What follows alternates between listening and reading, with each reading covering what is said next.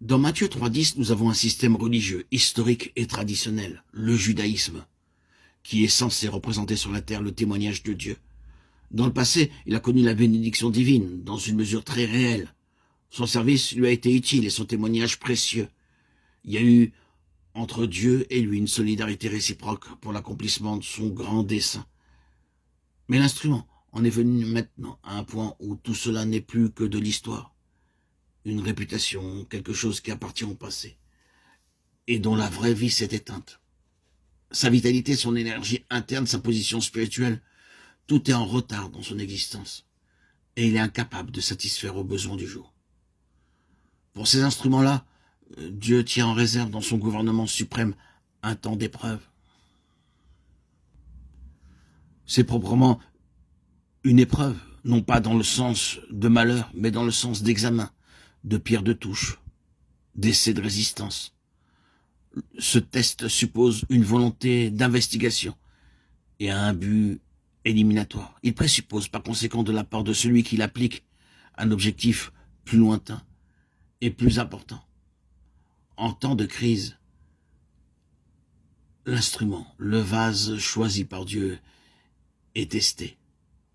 Et il se révèle alors qu'en raison même de la pauvreté de ses racines, de son manque de vitalité et de force intérieure, en raison de tout ce qu'il y a dans sa vie qui est d'un autre âge, cet instrument choisi par Dieu est incapable de supporter l'épreuve.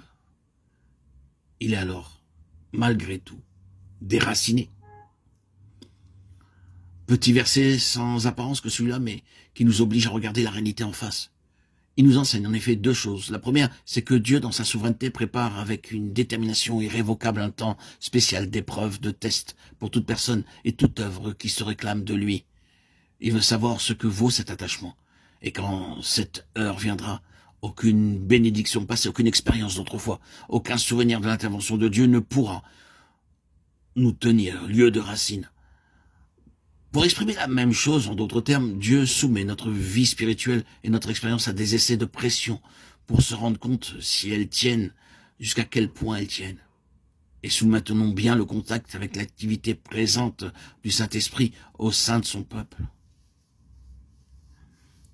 Il y a un grand nombre de personnes qui ont une conversion tout à fait authentique, saine, profonde, mais qui vivent encore de leur conversion, qui date de 10, 20 ou 40 ans en arrière.